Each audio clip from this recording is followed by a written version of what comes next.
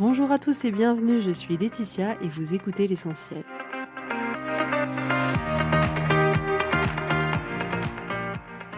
L'essentiel est le podcast de coaching où je partage avec vous les outils et les techniques pour vous permettre d'avancer et d'avoir la vie que vous voulez. Je souhaite vraiment que ce podcast vous inspire et surtout vous encourage à passer à l'action. Vous pourrez retrouver toutes les notes de l'épisode sur www.laetitiamonaca.com. Pour ne rien louper, abonnez-vous au podcast sur la plateforme d'écoute que vous utilisez pour être tenu informé des nouveaux épisodes. Et pour finir, si vous avez aimé ce podcast ou tout simplement que vous pensez qu'il peut aider d'autres personnes, parlez-en autour de vous, ce serait super chouette. Et laissez-moi 5 étoiles et un petit mot sympa, ça m'aidera énormément à le faire découvrir et ça fait toujours plaisir. Voilà, je vous souhaite à tous une bonne écoute.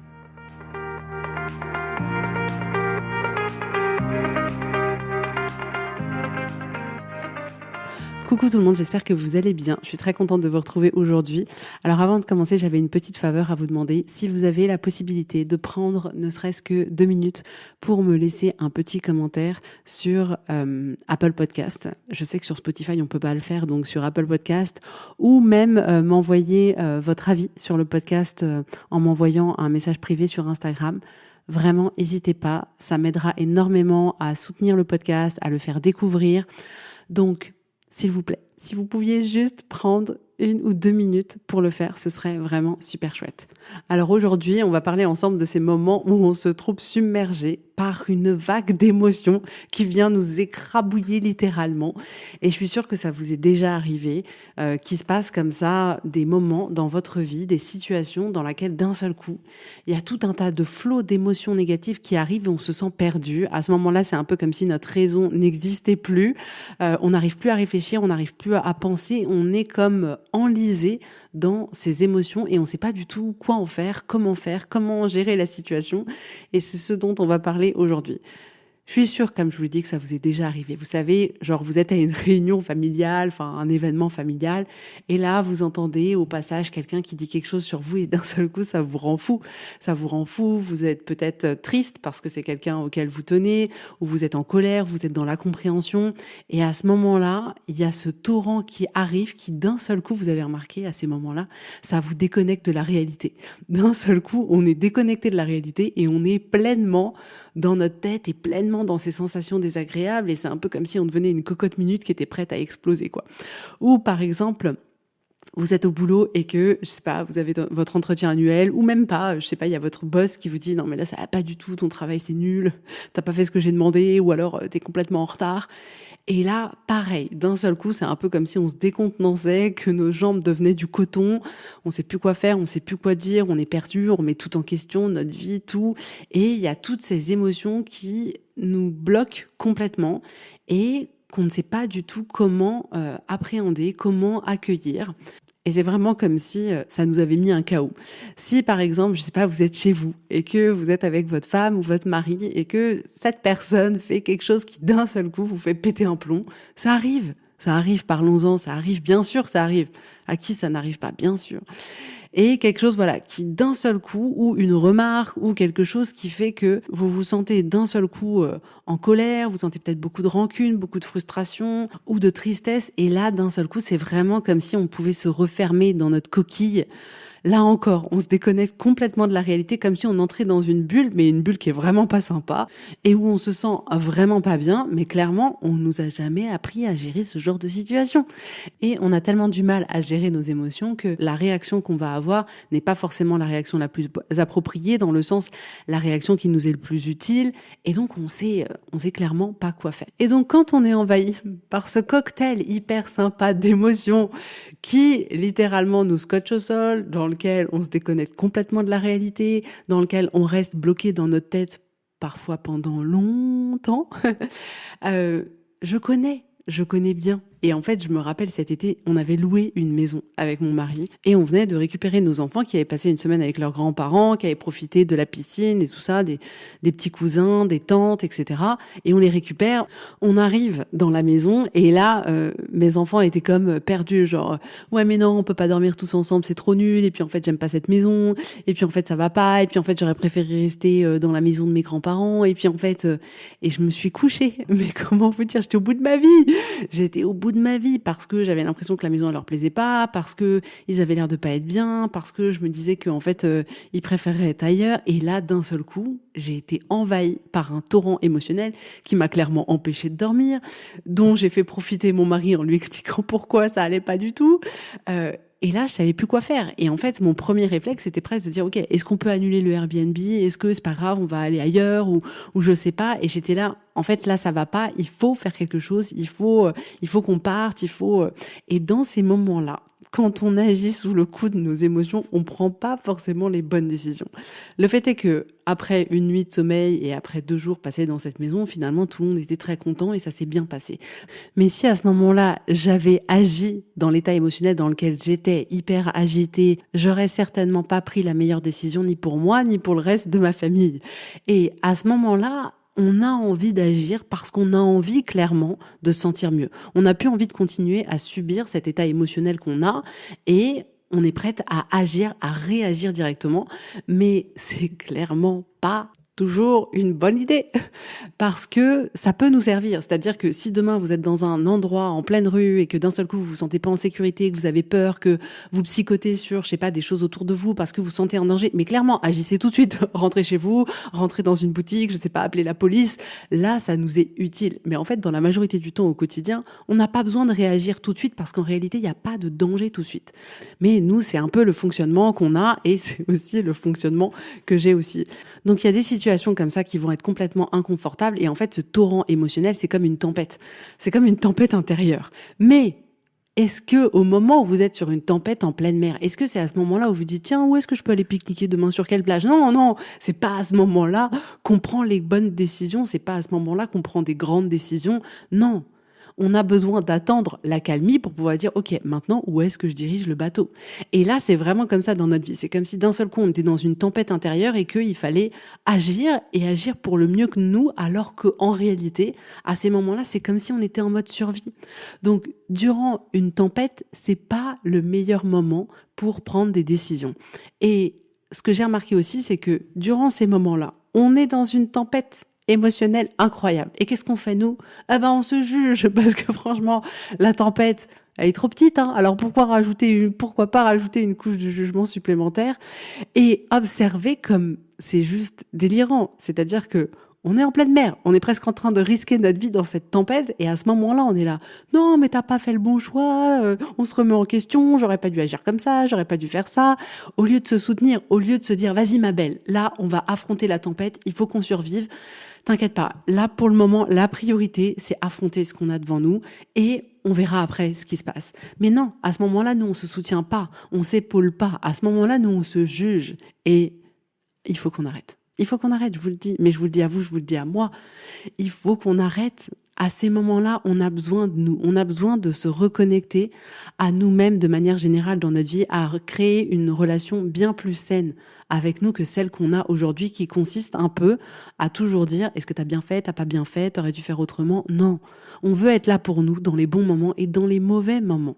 Donc déjà, dans un premier temps, je voudrais vous dire que quand on a ces tempêtes-là intérieures, on n'agit pas forcément de la même manière en fonction des milieux dans lesquels la tempête se profile. C'est-à-dire que on va pas forcément agir de la même manière si d'un seul coup on a un torrent émotionnel comme ça dans un cadre familial ou dans un cadre professionnel ou dans un cadre amical ou juste dans la rue avec un inconnu ou avec nos enfants par exemple. On va pas toujours agir de la même manière avec les différentes personnes qui sont autour de nous à ce moment-là. Et c'est important de le voir, c'est-à-dire que il y a des moments où on va arriver à prendre ce recul, à prendre ce temps de réflexion pour se poser et à d'autres moments pas. Et ce qu'on peut avoir tendance à faire dans ces moments-là où on est complètement envahi par toutes nos émotions, c'est prendre des décisions à chaud. Et le problème, c'est que, vous savez, il y a l'expression qui dit « quand tes émotions, elles sont hautes, ta raison, elle est basse ». Et du coup, quand on va prendre une décision à chaud, souvent, c'est pas forcément la bonne décision. C'est pas forcément la bonne décision parce que déjà, c'est une décision qui a juste pour but de calmer la manière dont on se sent.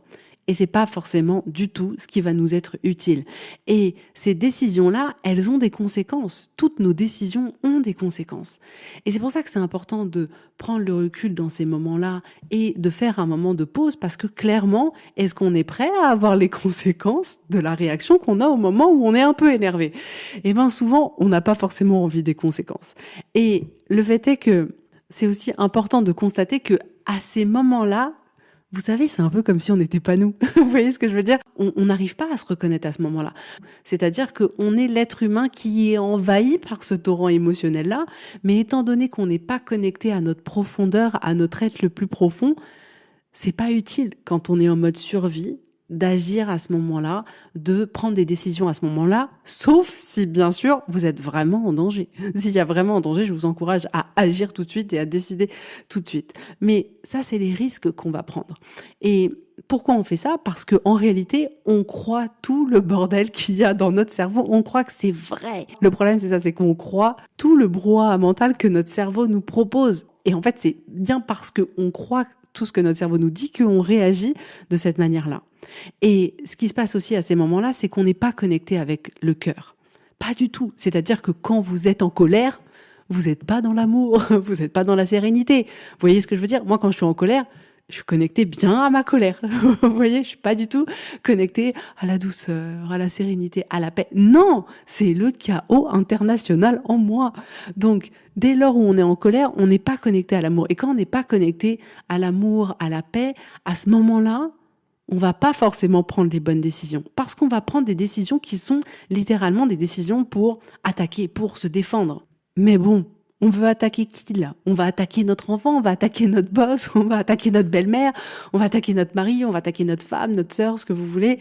À ces moments-là, vous voyez bien que c'est pas utile dans la vie d'être dans un mode ok, je me défends, j'attaque, je me défends, j'attaque. Parce que qu'est-ce qui se passe? C'est un cercle vicieux.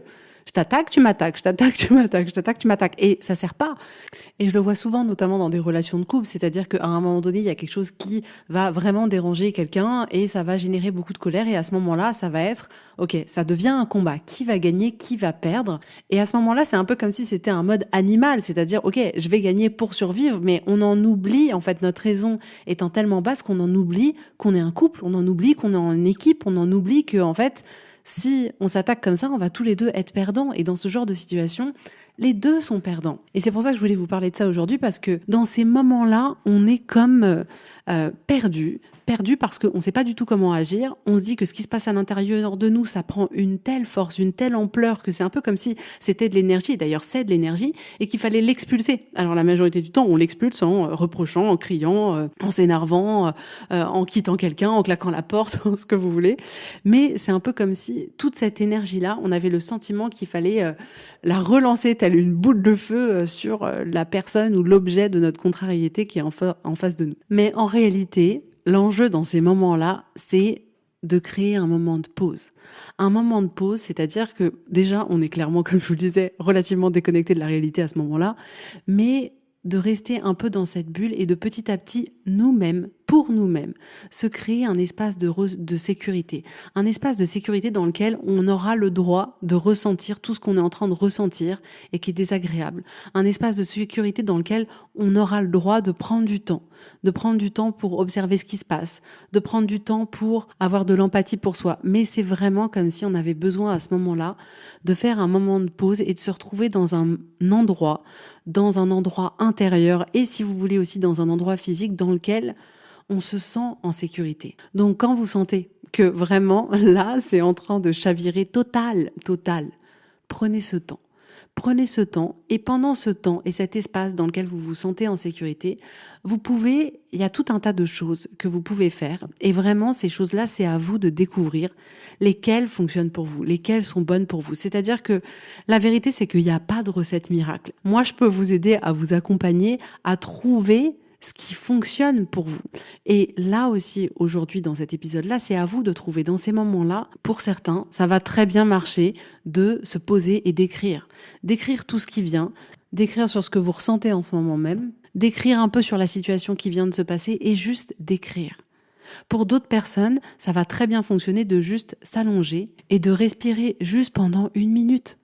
Et je vous assure que quand on est énervé, 1 minute, c'est long. 1 minute calme, posée, c'est long.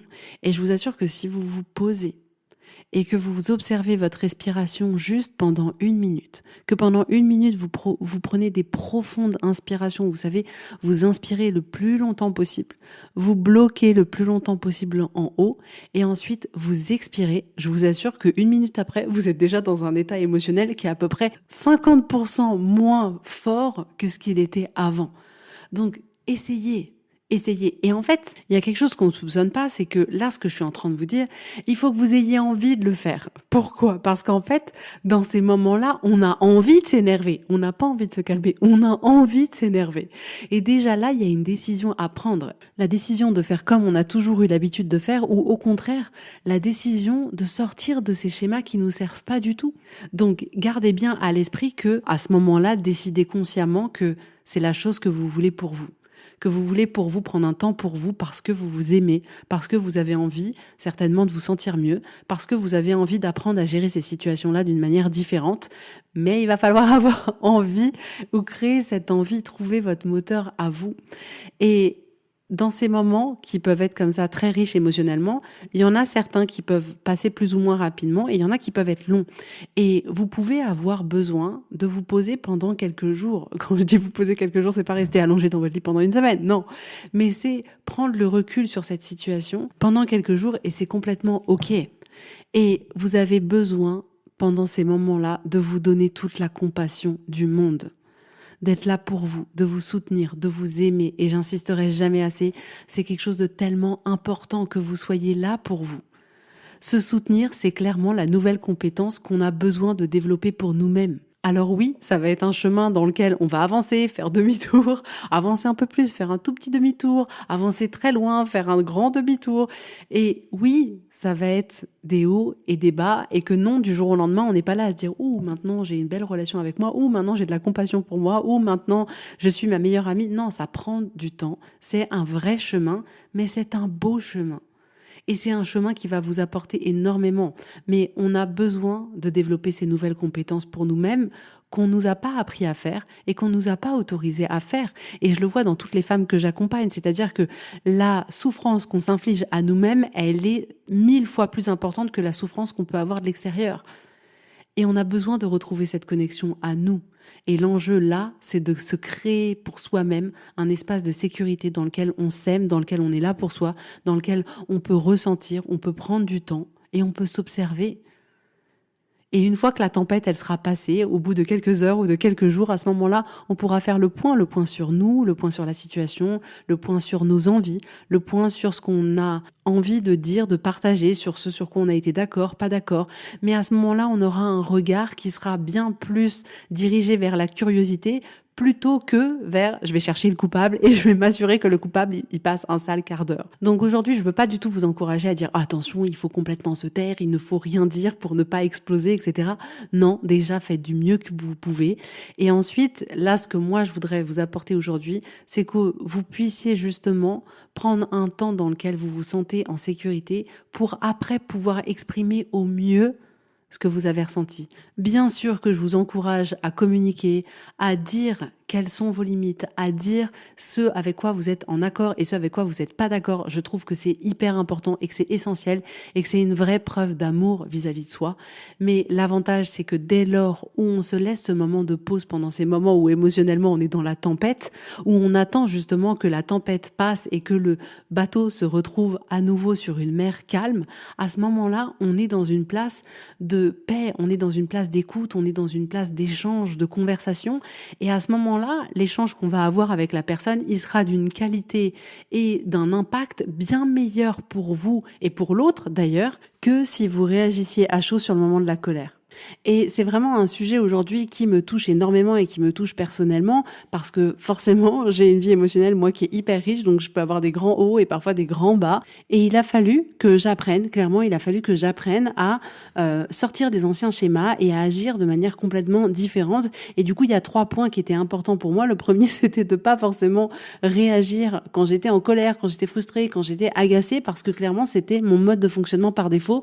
C'était ce que j'avais toujours eu l'habitude de voir, c'était la manière dont j'avais toujours fonctionné, et c'est pas l'adulte que j'avais envie de devenir. Donc c'était important pour moi de commencer à ne pas réagir à mes émotions, de prendre du recul, de les analyser et de pouvoir après agir de la manière la plus adéquate possible. Ensuite, l'autre point sur lequel je voulais vraiment faire hyper attention et être vigilante, c'est les mots. C'est-à-dire que pour moi, les mots ont beaucoup d'importance et j'avais pas du tout envie de dire des mots qui peuvent blesser les autres et puis le lendemain dire excuse-moi, en fait c'était sous le coup de la colère, je le pensais pas du tout. Et le dernier point, c'est qu'en réalité, je suis une adulte et j'avais envie d'être responsable, et responsable, ça veut aussi dire être responsable des conséquences de mes actions, de mes paroles, de mes comportements. Donc j'avais envie d'avoir un comportement qui était en adéquation avec la personne que j'avais envie d'être, parce que tous les comportements qu'on a ont des conséquences et il va falloir assumer. Et du coup, je préfère justement avoir ce temps de pause, ce temps de recul, ce temps où je vais observer ce qui s'est passé. Est-ce que, en réalité, quelle est ma part de responsabilité là-dedans ou pas? Qu'est-ce que j'en pense? Quelles sont mes limites? Et de prendre ce temps-là pour après pouvoir agir d'une manière qui est vraiment alignée. Et ça veut pas dire, attention, qu'on aura toujours un comportement impeccable, qu'on s'énervera jamais, qu'en fait on réagira jamais à chaud. Non, pas du tout. Bien sûr que ça va nous arriver, et dans ces moments-là, il va aussi falloir qu'on soit là pour se soutenir. Mais ce que je veux vous proposer aujourd'hui, c'est vraiment de mettre en lumière des mécanismes qu'on fait de manière complètement inconsciente, qui sont des schémas qui sont ancrés en nous, et qu'on puisse petit à petit choisir, est-ce qu'en fait on veut continuer à agir comme ça ou pas?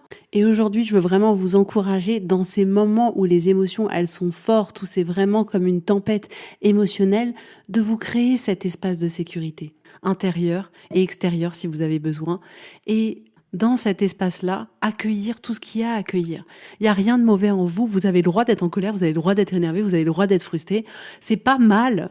On se dit pas, ah mince, là j'ai fait quelque chose de mal. Non, on veut accueillir l'être humain qu'on est. On veut accueillir toute la complexité de l'être humain qu'on est. On veut s'aimer même dans ces moments où c'est difficile.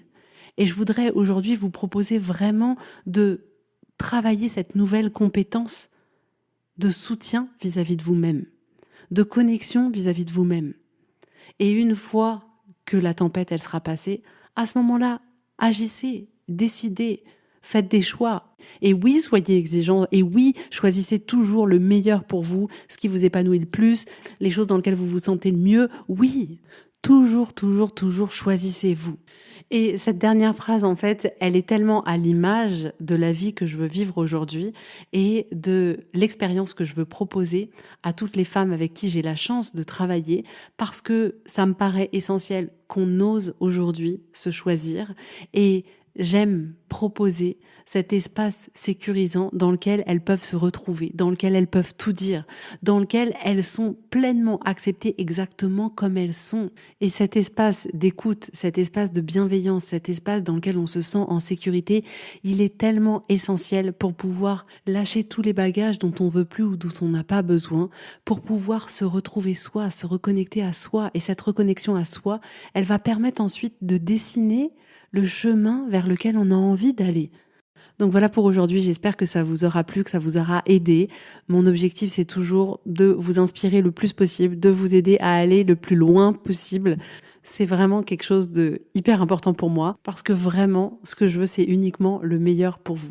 Donc si vous voulez co-créer quelque chose avec moi, parce que vous sentez que ce podcast il vous parle, parce que vous avez envie d'aller plus loin, parce que vous sentez que c'est le bon moment, parce que vous en avez marre, réservez votre séance découverte sur le site, et ce sera un immense plaisir de vous rencontrer, de vous découvrir à chaque fois. C'est vraiment trop bien. Bref, voilà. En tout cas, je vous souhaite à tous une très belle journée, un très bon week-end, et je vous dis avec grand plaisir à la semaine prochaine. Bisous, bisous, bye bye.